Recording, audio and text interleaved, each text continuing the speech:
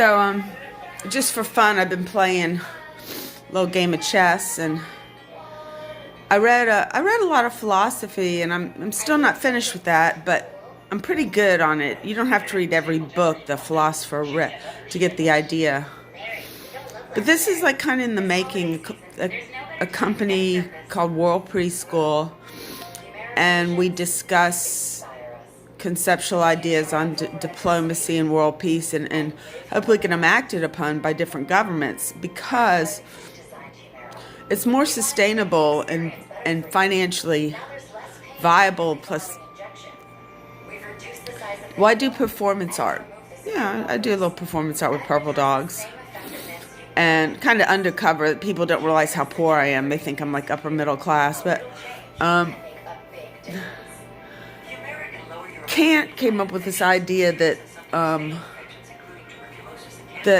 well, he said a lot of things in Perpetual Peace, but the idea is that democracy or republics where the citizens feel like they have a vote on their future, with the education system cooperating with that. And there is a world money that comes, and everybody gets some money. Not everybody's the same. Different people are different. But it's in a government called democracy, and I think it's mainly based on our Constitution. Well, it was based on Socrates and Aristotle and Plato and all the stuff that Thomas Jefferson read, Locke and Kant.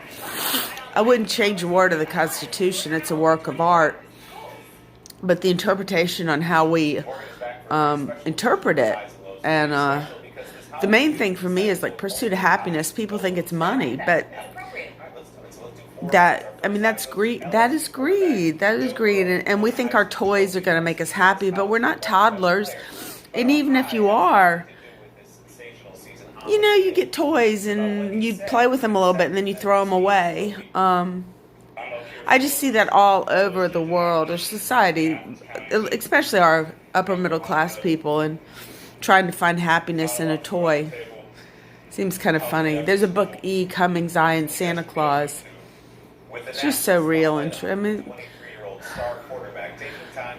I think the thing that mainly frustrates me is we don't get credit for who we are. Our education system, we just have to fit in a box and fill in the dots, and see how much you can memorize, and if you can spit it and regurgitate it back out to us, then you get a diploma.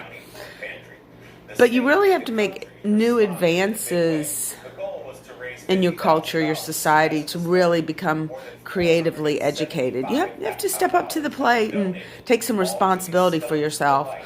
And if you've gotten that education,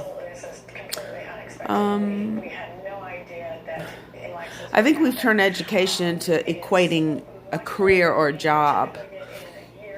That's not the purpose of education. I mean, yes, you do get a career. Yes, you do get a job. Education is basically to keep culture alive. How have we lost sight of this?